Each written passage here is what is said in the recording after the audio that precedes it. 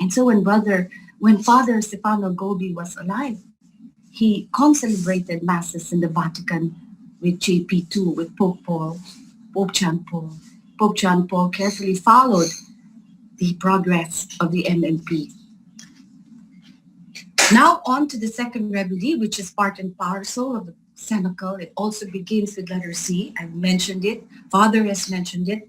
This is the consecration. So aside from the rosary, your faithfulness to the gospel, to the sacraments, your faithfulness to the church, I want to speak about this consecration on a personal level. This consecration is a daily speaking with Our Lady. You know, this daily conversation. When you wake up in the morning, when you're going into your closet and choosing what to wear, or you're going through the menu for the day and you don't know what to cook, and you talk to her, what shall I cook today? And to the more profound questions, such as, what can I do to carry my cross? What can I do to carry my cross? And we are laden with crosses every day of our lives. I want to share with you a beautiful story. I shared this with the past two groups. It's the Ferrero Story. You know, Mr. Ferrero makes that wonderful melts in the mouth chocolate candy with Nutella in the center, and then it's wrapped around, enclosed in chocolate, and you have all these little bits of crunchy little nuts all around it. It's so beautiful to know that as we sink our teeth into this classic candy, the owner invited Our Lady to walk with him in all the challenges and trials, victories and defeats of the business. Just a little sharing. You know, when I started Mary Grace, I would cry into my pillow every night. I would come home at 3 in the morning. It still brings tears to my eyes. I would cry to my pillow, and I would cry to her with rosary in my hand. And I gave her everything that I tried to do in my cafe. So let me throw you the question. Have you consciously and attentively consecrated to Our Lady? You know, in these little conversations you have every day, not just for a moment, but for all the moments of your life. As I said, pray the rosary daily, read the word, receive the sacraments, love your faith, love your church, love your priest, love the Holy Father. I'd like to share with you a story about this consecration, and I hope it will touch your heart. It happened during the Second World War, and I think you have heard about it. In Hiroshima, a little Jesuit house 8 blocks from where the bomb fell remained standing while everything around it was decimated, blown away into pieces. Living in that house were 8 Jesuits. They were unscathed, mind you, unscathed. Whereas everybody around them, when the atomic bomb falls, it is described as your skin will peel away. It is described as a thirst and heat inside your body. You will crawl to any source of water just to cool down that heat in your body. And many Japanese did crawl to the waters which were infested with debris and radioactivity. All 8 Jesuits were unscathed. Father Schiffer, one of the 8, said, when he was interviewed on TV, and I asked him, what did you do? How is it that you survived? How is it that to this day you have not even suffered any ill effects of the radioactivity? Dr. Schiffer simply answered, we lived the message of Fatima. Beautiful. We lived the message of Fatima. And Father Schiffer continues to say that he believes with all his heart that Our Lady put a shield around him, around his fellow Jesuits, around the home, which I told you, the convent, which continued to stand, put a shield around them. Oh, so many messages in the Blue Book about this kind of protection. Here is message 33 from Our Lady, given to Father Gobi on January 5, 1974.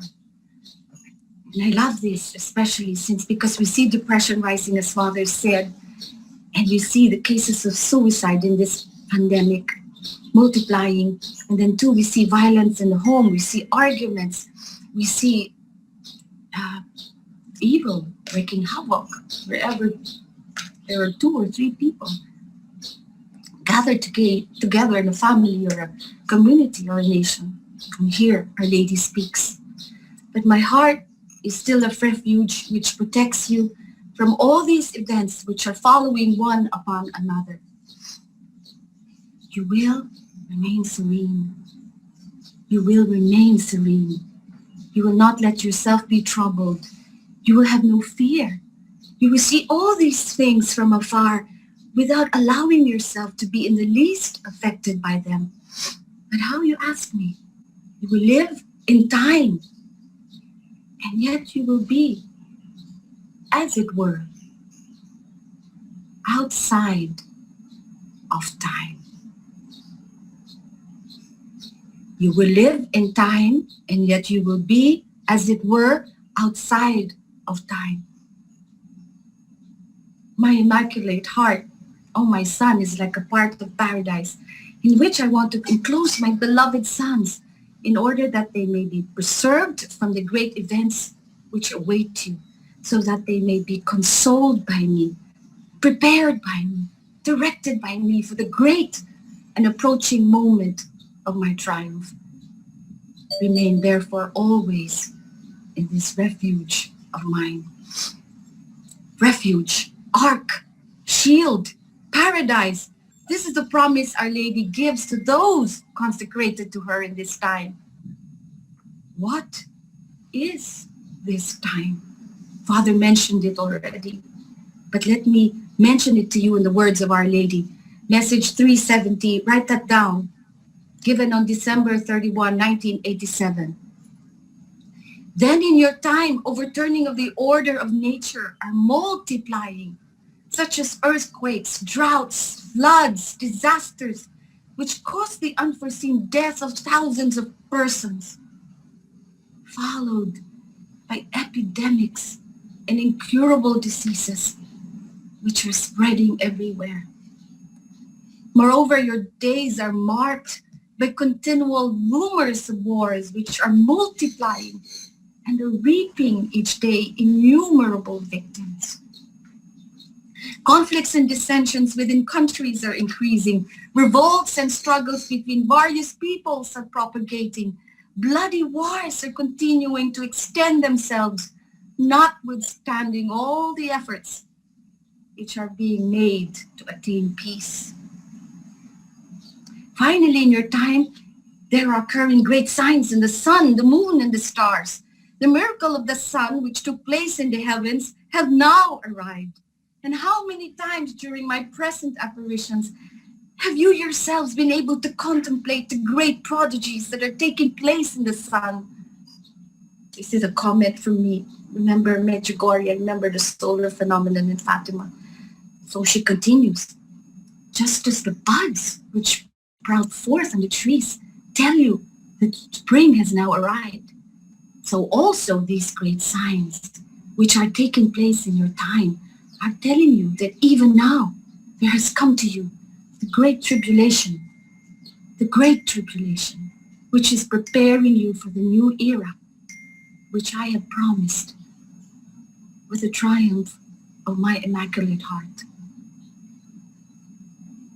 The message above, I reiterate, was given in 1987.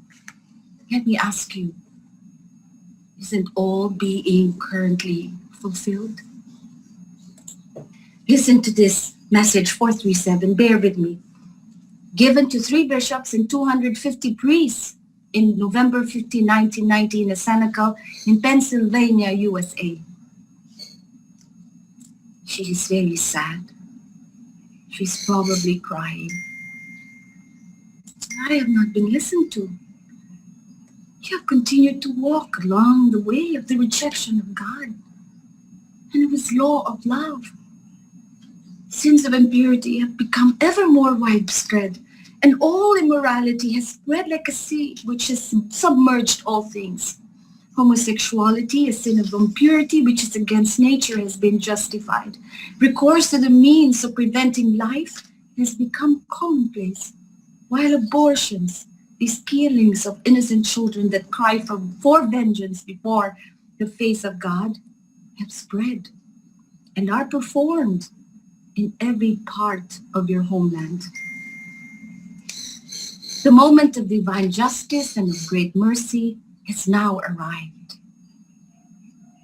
Let me repeat that. The moment of divine justice and of great mercy has now arrived. Remember Dr. Villasin and her fervent adherence to the divine mercy. You will know the hour of weakness and of poverty, the hour of suffering and defeat, the purifying hour of the great chastisement.